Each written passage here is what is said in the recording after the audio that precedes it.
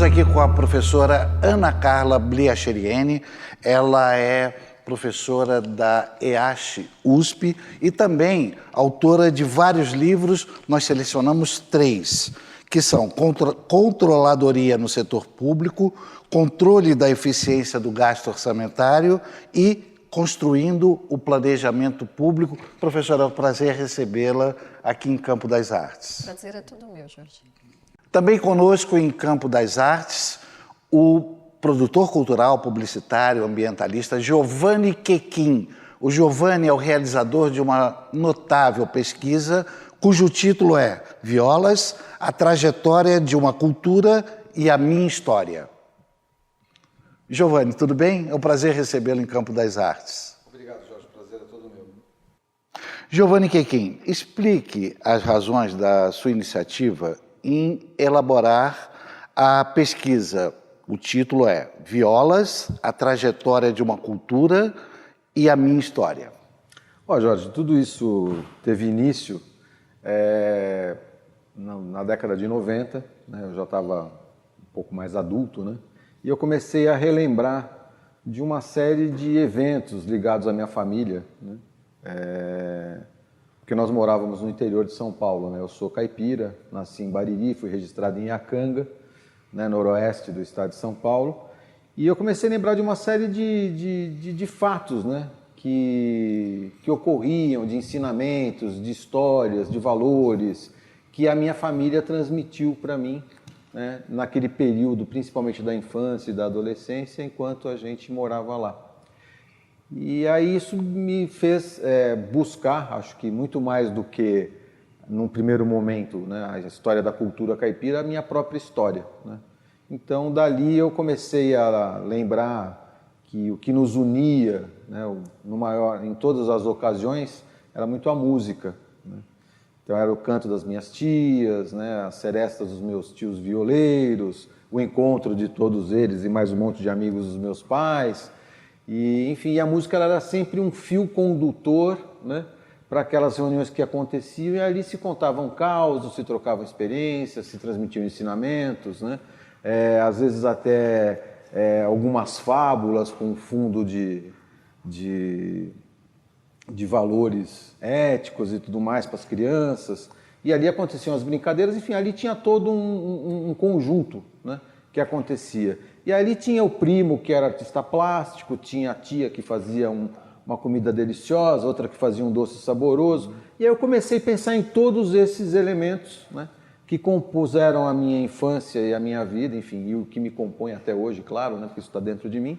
E eu falei, eu acho que eu vou querer entender melhor essa história minha e essa história que não é só minha, que é de um monte de gente.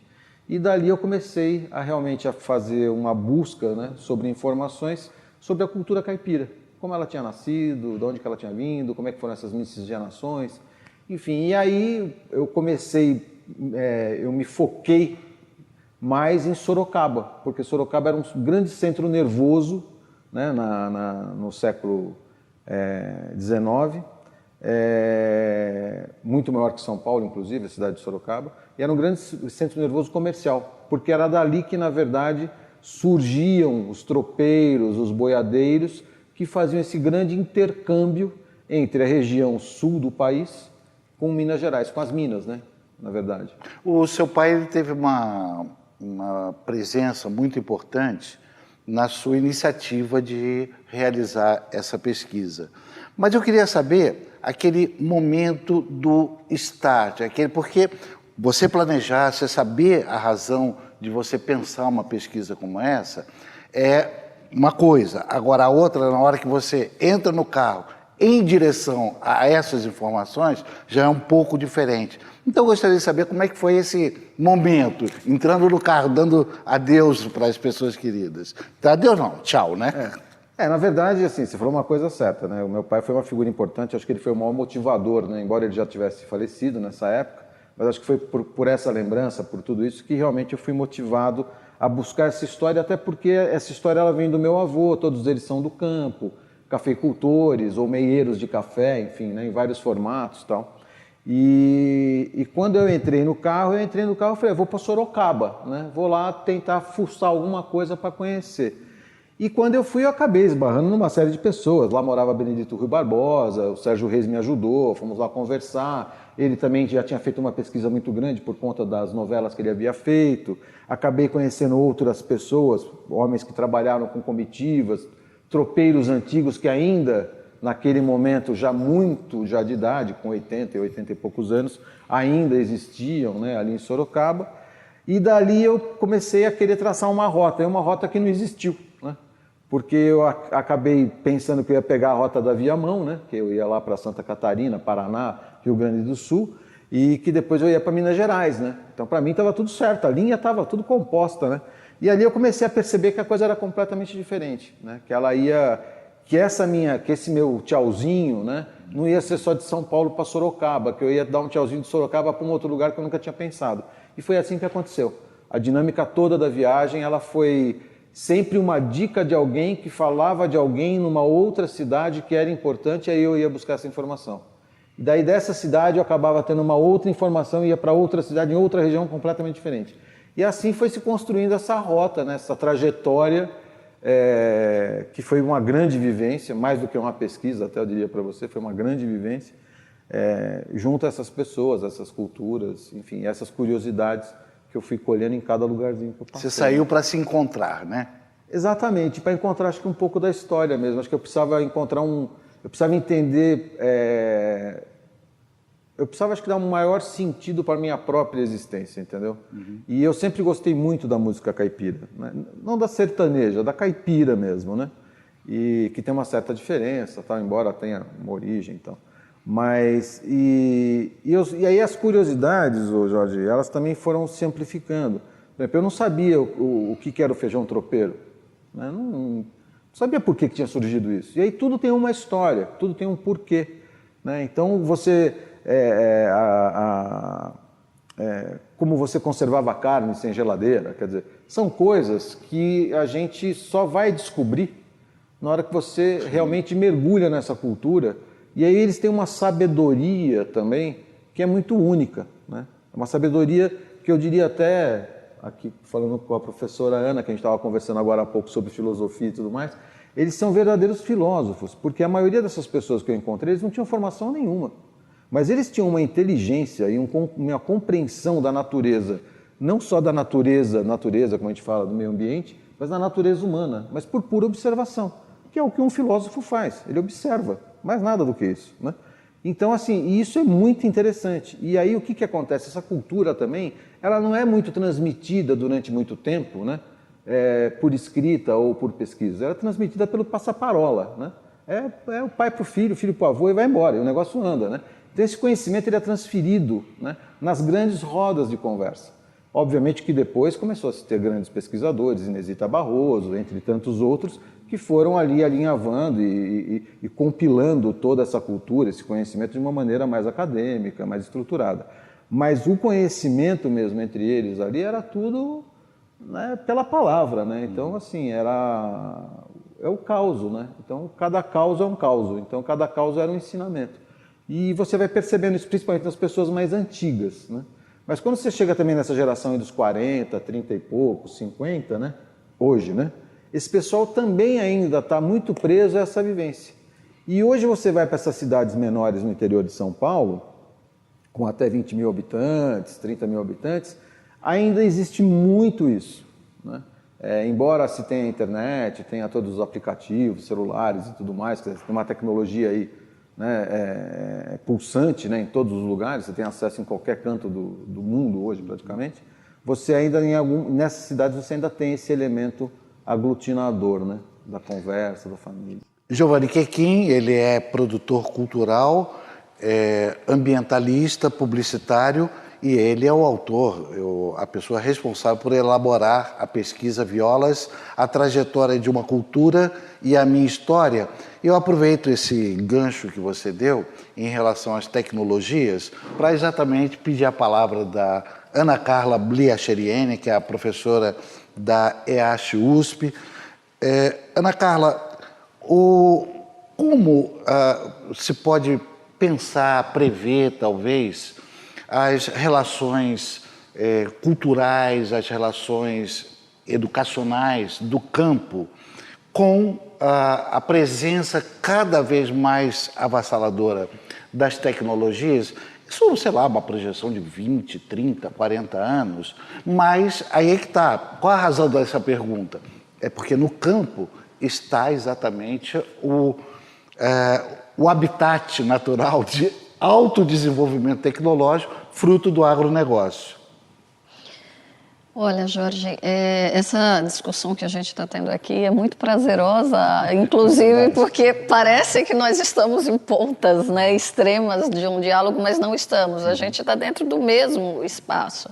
A tecnologia é algo que a gente não pode mais pensar em evitar, conter, né? Tem algumas pessoas que ainda usam esse discurso que o Estado teria de agir de uma forma, com seu poder de regulamentação, para conter os impactos da tecnologia. Eu não acredito muito que isso seja algo factível, viável.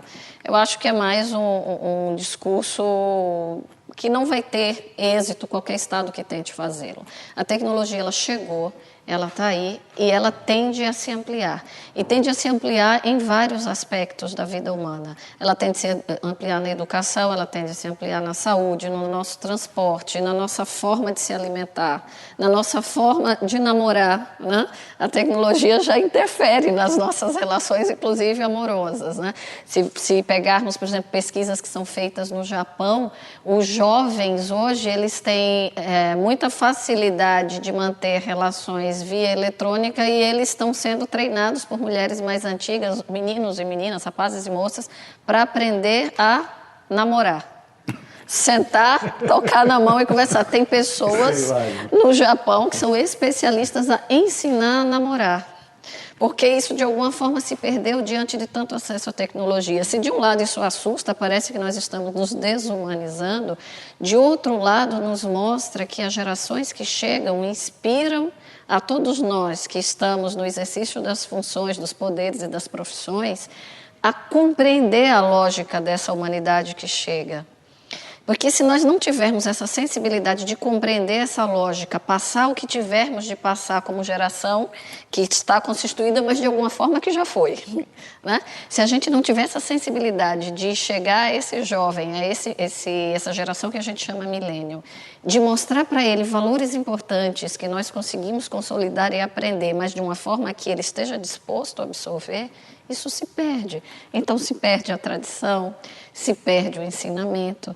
A gente tem de compreender que isso precisa ser passado à nova geração por outros meios que não são necessariamente os meios que nos foram passados. Então a gente conversava um pouco antes sobre o papel das igrejas, das religiões, das famílias e das escolas nessa transmissão desses valores, na transmissão deste conhecimento para a nossa geração. E a igreja, a família e a escola está tendo de se readaptar a esse jovem que chega e está tendo de aprender a passar isso de um outro jeito. Se a gente simplesmente tentar impor o jeito que nos foi dado e dizer, não, esse jeito funcionou comigo, vai ser feito para você, nós seremos solenemente ignorados.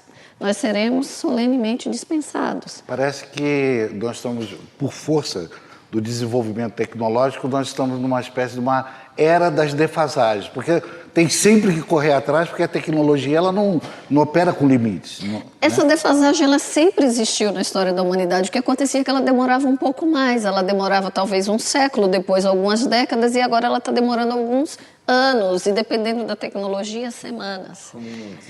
Isso, ou minutos. Então, o que aconteceu é que a era das defasagens ela está encurtando cada vez mais o tempo e exigindo de nós, que somos aqueles que estamos nos postos políticos, educacionais e culturais de poder, exigindo de nós que a gente seja mais rápido do que os nossos pais foram.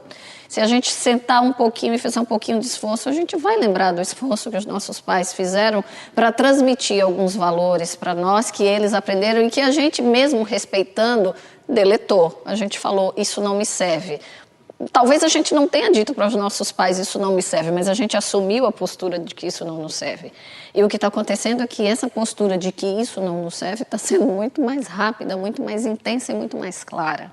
Então as tecnologias, elas assustam quando a gente pensa os estudos acadêmicos que estão sendo feitos sobre os prognósticos da humanidade para os próximos 20 anos. Assustam? Assustam. E se a gente pudesse fazer um paralelo, eu utilizaria a comparação do que aconteceu da transição da Idade Média para a primeira Revolução Industrial. Sim. É o que nós estamos vivendo agora da transição da terceira Revolução Industrial para a quarta Revolução Industrial. O assombro é o mesmo, a intensidade é a mesma ou maior. Se a gente imaginar o que aconteceu com as pessoas das corporações de ofício, essa era a base cultural, econômica e social da Idade Média. O que aconteceu com aquelas pessoas? Elas simplesmente não tiveram espaço na indústria da máquina a vapor. Alguns se recolocaram e se qualificaram. E a grande massa? A grande massa, ela ficou à margem da Revolução Industrial. Então, todo aquele movimento dos direitos sociais, da greve, a revolução pelos direitos humanos que culminaram nos direitos trabalhistas do século XIX ou nos direitos humanos da ONU no século XX, elas tiveram origem naquela transição, naquela passagem, em que uma margem muito grande de pessoas não conseguiu pegar o bonde da primeira Revolução Industrial. E o que se prevê é que uma quantidade muito grande de nós não será capaz de pegar o bonde da quarta Revolução Industrial. O que faremos com essa grande massa que ficará à margem? A gente vai dar o mesmo destino que foi dado na Idade Média? Não pode. A gente tem de dar um outro destino. E aí a cultura, a filosofia e a educação passam a ter um papel importantíssimo na vida das pessoas. Não só o trabalho, mas a educação, a cultura e a filosofia. Muito bom, professora Ana Carla Bliacheriene. Nós vamos voltar exatamente a esse ponto para esclarecer, que é fundamental. Gostaria de retomar o diálogo com o Giovanni Quequim, que é para saber o seguinte: você, então, peregrinou por cerca de 400 municípios, né? Do estado de São Paulo. Do estado de São Paulo. Fora Paraná, Minas Gerais, Rio Grande do Sul, Santa Catarina. E eu gostaria de saber, todo o início dessa sua, de pensar essa pesquisa, como você mesmo disse, ela estava alicerçada na música, a importância da música. Então, como é que você trabalhou nessas viagens todas, nesse roteiro imenso que você fez, exatamente a observação musical? Porque havia várias que lhe tocavam, né? Então, eu acho que eu te falei isso quando a gente gravou o programa lá para a rádio. Acho que são dos companheiros que eu levava comigo no carro, é isso que você está perguntando? Isso, e também de outros conhecimentos que você percebeu, né? Com relação à música, Jorge, foi assim, eu sempre gostei muito de Tunico Tinoco, né? Enfim, Ranchinho, né? Que aí é a lembrança que eu tenho mais mesmo dos meus pais, né? Porque assim, né? Fora esses caipiras mais clássicos, né?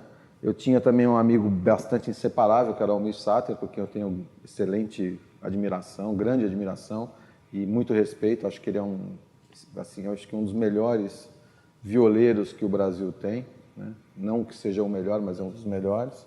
Levava junto comigo também a Inesita, né? Que foi uma grande incentivadora minha, né? Acho que ela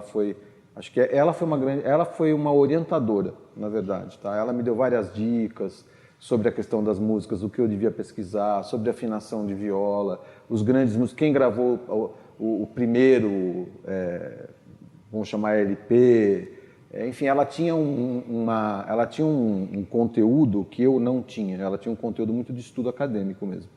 E ela me emprestava isso das vezes que eu conversava com ela no Parreirinha e tal, e ela me emprestava algumas diretrizes também. Então ela falava, tem uma pessoa que faz viola em tal lugar. Aí eu batia nesse luthier, esse luthier falava assim, não, o melhor fazedor de viola mesmo mora em Extrema. Aí eu ia para lá e nessa andança toda eu também ia conhecendo alguns músicos da própria região, pessoal ali que era uma duplinha caipira desconhecida, que tinha qualidade, né? Conheci um menino também no interior de São Paulo, que, enfim, acabou indo abrir show de muita gente grande, que era um menino também, o Sandro, de Iacanga, rapazinho que tocava bem para burro viola também, e tinha composições maravilhosas, muito focadas nessa coisa da história, dos valores, dos romances, né? Daquela coisa do interior, né? A mina morena, né? Que não sei o que lá. E enfim, a música eu fui descobrindo também ao longo do trajeto. Então eu fui descobrindo também, nessas viagens, eu fui também descobrindo outras músicas caipiras que eu não conhecia, né? Então assim, você vai para o Paraná, a música ela é caipira, mas ela tem uma característica própria do Paraná, entendeu? Não sei te explicar profundamente o porquê, mas aí você vai para Santa Catarina também, porque eu acho que são as influências também que você vai sofrendo, Sim. né? E aí você vai para o Mato Grosso, já é uma outra levada. Então você tem uma hora uma coisa meio de Guarânia, uma hora você tem uma coisa meio dos mariachi, uma hora você tem uma influência lá da música, da balada, aquela balada americana, né? Mais country, assim. E aí você vai realmente colocando o ouvido, ele vai ficando mais apurado, e você vai vendo que existem diferenças, né? Existem diferenças de afinação, existem diferenças, inclusive, de entonação na voz, né? Tem aquele mais anasalado, tem o menos anasalado, né? Aí você vai também conhecendo a brincadeira do porquê dessas duas vozes. Enfim, e você vai entendendo esse conjunto da música caipira, né?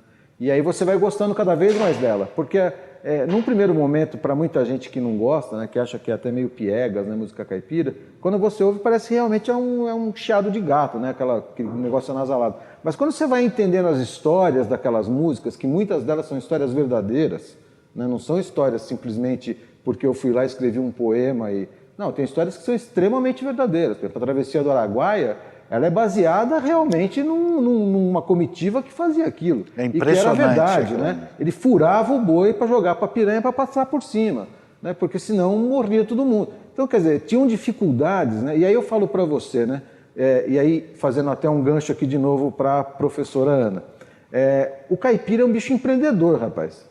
Porque ele é tão observador que ele cria uma série de artifícios para ele poder conseguir ou se adaptar àquele determinado ambiente.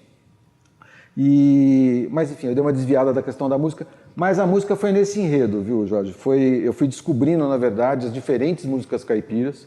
Quando você vai para Minas Gerais, então tem uma outra pegada, Goiás tem outra pegada, e todas elas têm uma mesma origem, uma mesma base, né?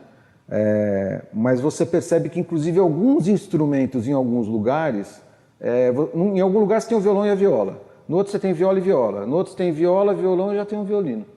No outro você tem viola, violão e tem a sanfona. Então isso tudo eu acho que vem também dessas culturas. Então o italiano, né, o árabe, o português, o espanhol. Então esses caras vão compondo também um pouco, influenciando um pouco essa música, né? E é um universo que, assim, que eu diria para você, não tem fim, né? E aí você culmina, obviamente, que também gosto muito, né? Gosto muito de Chitão e Chororó também, acho que eles conseguiram trazer o sertanejo, mas com um aspecto ainda de raiz, né? Mas você pega, por exemplo, Chitão e Chororó, basicamente tem músicas que são praticamente como orquestra sinfônica, né? Então tem arranjos, né? Que já é uma coisa já muito elaborada, né? Que tem uma interferência da música country americana, sem dúvida nenhuma, já é uma mega produção, mas ali você tem cello, você tem violino, você tem viola, você tem, né, até clarinete, de repente, em alguns arranjos, piano, né? Quer dizer, muda tudo, né? Muda tudo, aí já é um outro composto. E aí você vê como, embora toda a tecnologia, né, e toda essa indústria da música, ela se forma em torno do sertanejo, mas você percebe que a raiz continua a mesma, né? Desses grandes sertanejos mesmo, os caras que carregaram, que vieram de uma mesma origem como eu, quer dizer, vieram do campo, pessoas que trabalharam na agricultura, né? Que sentiram o sol a sol, né? E aí eu falo isso não porque eu tenha sofrido, muito pelo contrário, trabalhei com meu pai na fazenda e tenho um orgulho, né? E não acho nada, esse sol a sol é porque você começa a sentir a vida de uma outra forma, e você entende os valores daquela vida sua também de uma outra forma, né? E aí você vê hoje essa meninada nova aí que está no mercado, aí já é meio que uma música romântica, já não é mais sertaneja, muito menos caipira. Por quê? Porque não tem raiz, né? O que ele tem, na verdade, é um modelo já muito bem elaborado de composição, que dá certo, né? Então são aqueles temas já mais do que batidos, e que aí você realmente já não tem mais aquela história por trás da música, né? E que até, acho que Chitão de Chororó, Zé de Camargo, Luciano, até o Daniel lá, esse pessoal ainda eu acho que eles conseguiram manter aí um pouco dessa questão.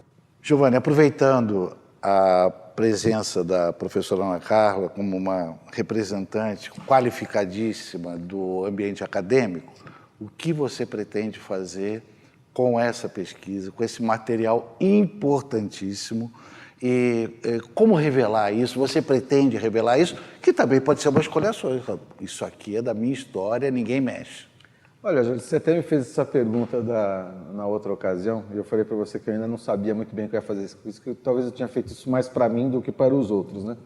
Mas agora, recentemente, conversando com umas pessoas, e até um projeto que surgiu, não sei se ele vai conseguir vingar, porque depende de investimentos e tudo mais, surgiu uma proposta de fazer toda essa trilha dos tropeiros, né? Tudo isso que eu levantei de informação, tendo a música como um fio condutor.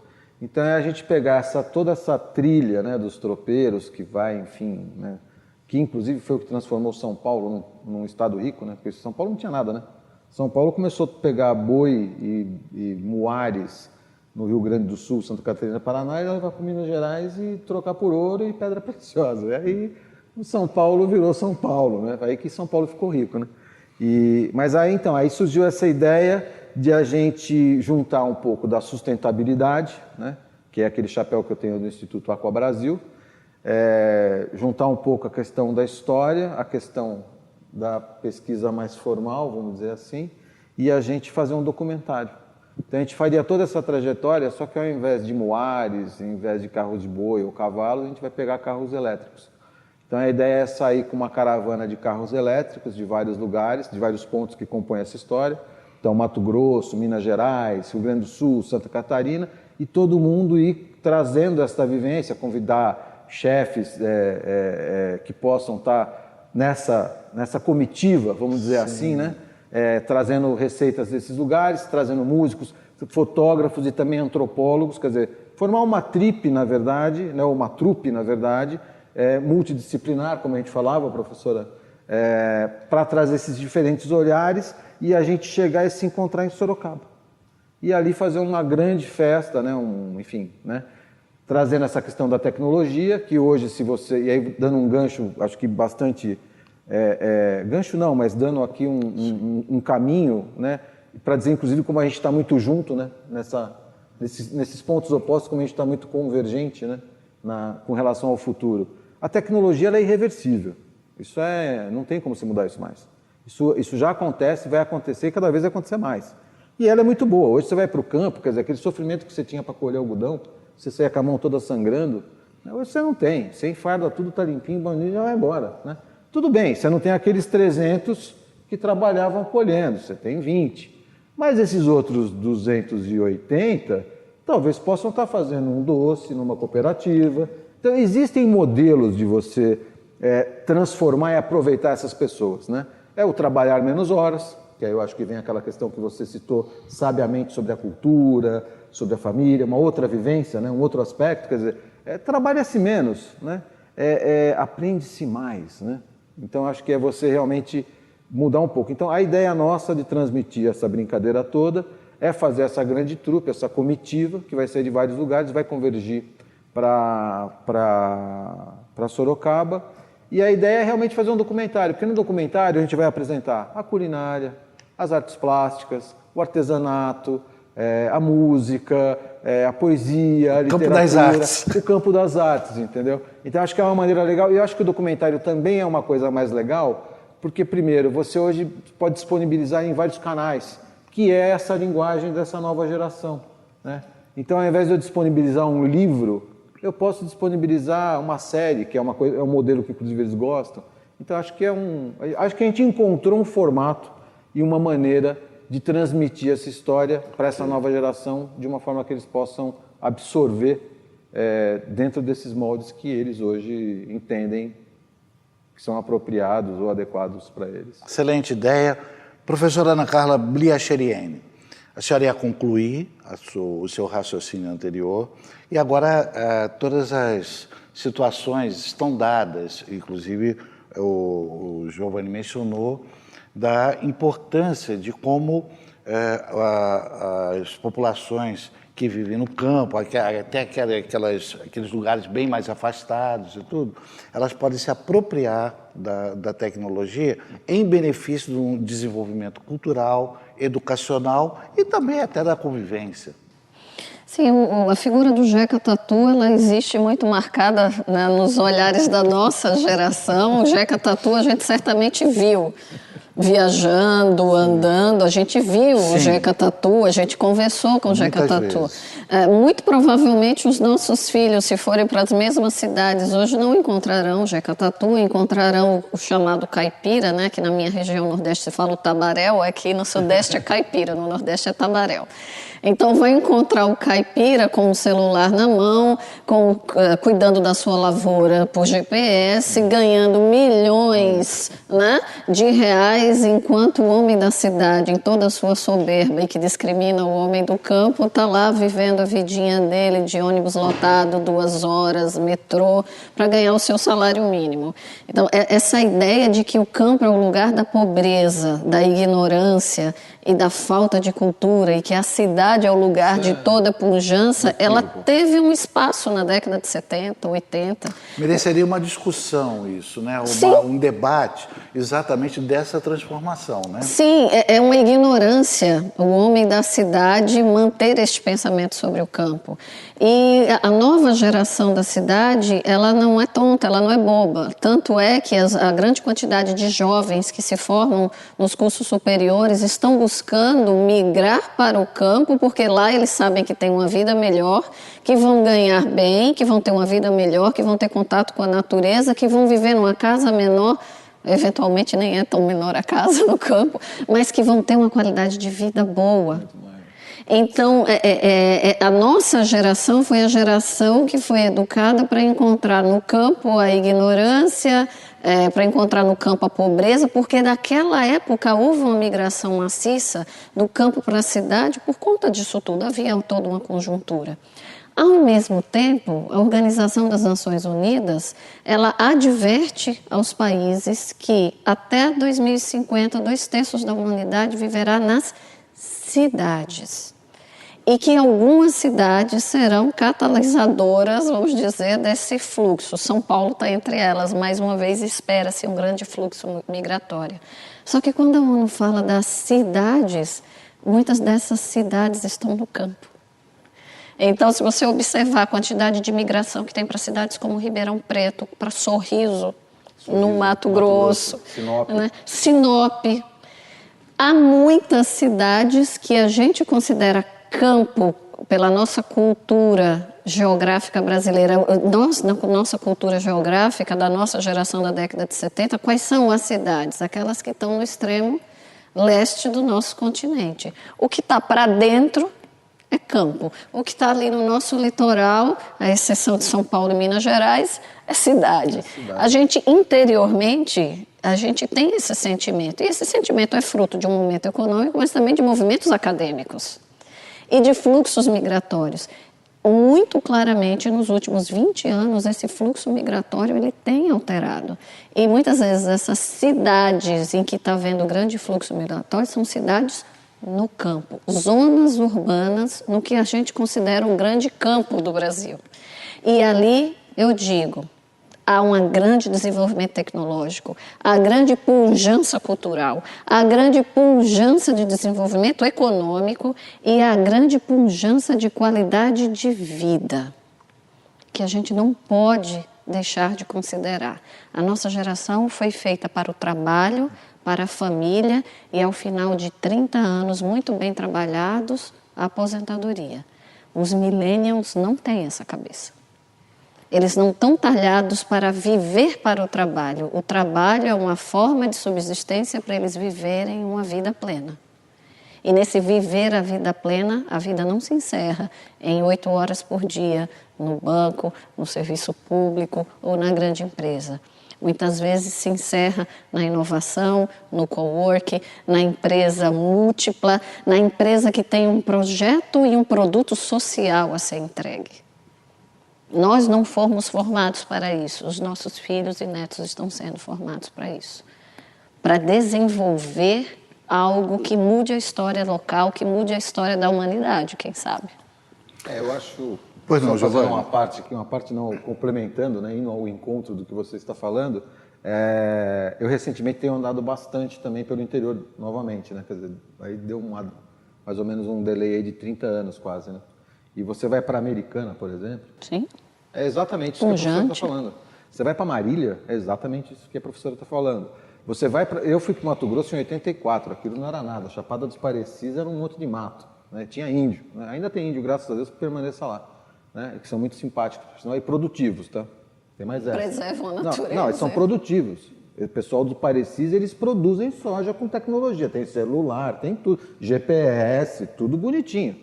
Então, quer dizer, isso é um ledo engano, né, que o campo é o lugar da pobreza. Muito pelo contrário, você vai para Sinop, eu acho que Sinop é hoje uma cidade que eu diria que é exemplo para o país inteiro.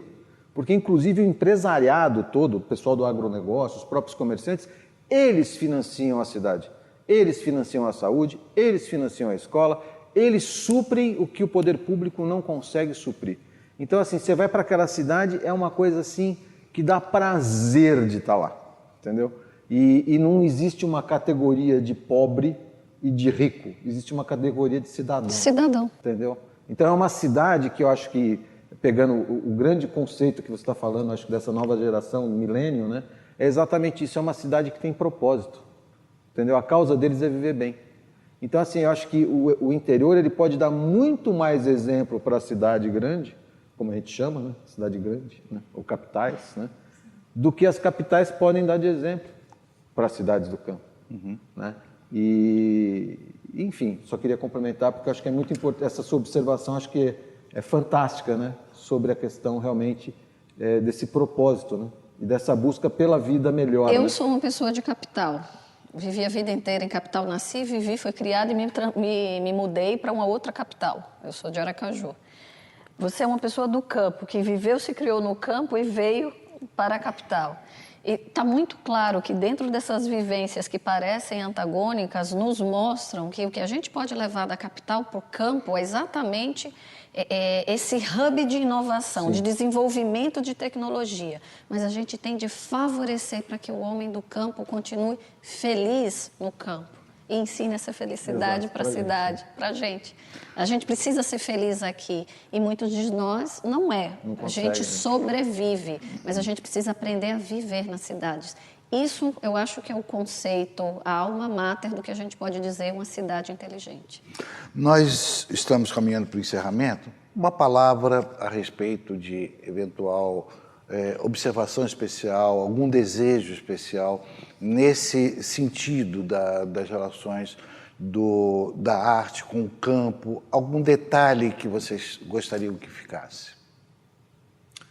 Olha, Jorge, eu acho que dentro desse bate-papo que a gente teve aqui, né, com todas essas vertentes, né, com todos esses pontos de vista, né, desses mirantes, né, sobre uma cultura, né, seja ela a cultura caipira daqui ou de outro estado ou de outra região, eu acho que o mais importante, o que eu gostaria de deixar, né, para quem está assistindo, que o mais importante é você realmente lembrar dos valores, sabe? Eu acho que a tecnologia está, inclusive, para divulgar isso, para ajudar isso, né? Hoje você vê, inclusive, talvez você vê hoje esses grandes movimentos, né, dos estudantes ou da população em geral, clamando por valores, né, por ética, por princípios, né?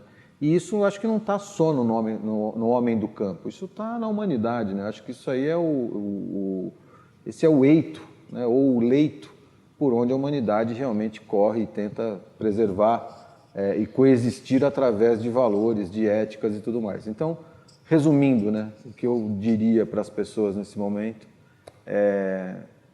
tentem buscar, resgatar seus valores, né? Abracem a tecnologia porque ela é muito boa, né? Ela pode te ajudar em muitas coisas, né? e tenta entender que todo mundo é igual, ninguém é diferente, né? Igual que eu digo nos direitos, né? Mas cada um é um indivíduo. Então nós somos completamente diferentes um do outro, mas a gente tem os mesmos direitos como cidadão. E eu acho que quando a gente olha para o campo, né, você vê que a natureza ela tem uma capacidade de inteligência de acomodar todo mundo dentro das suas diversidades.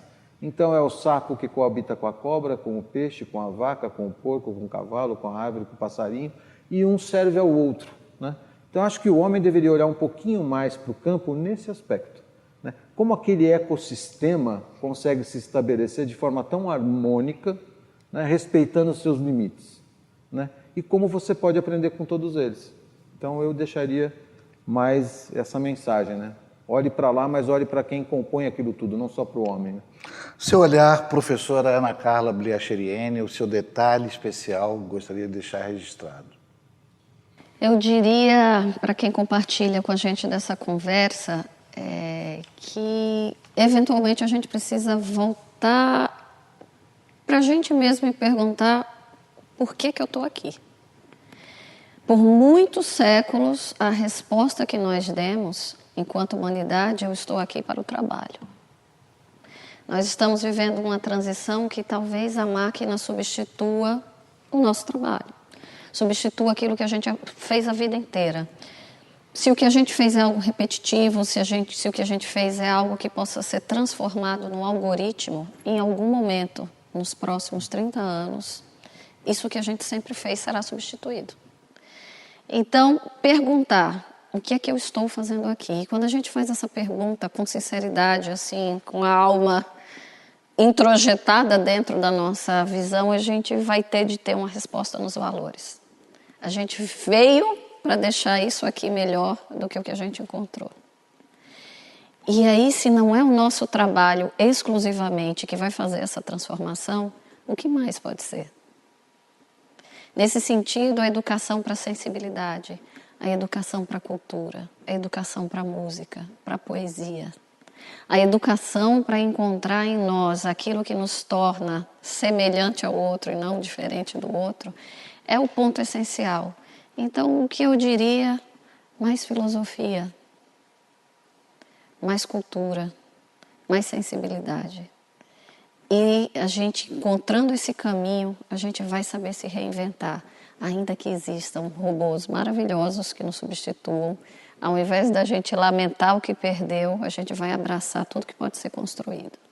Professora Ana Carla Bliacheriene, professora da EASH USP, muito obrigado pela sua presença aqui em Campo das Artes.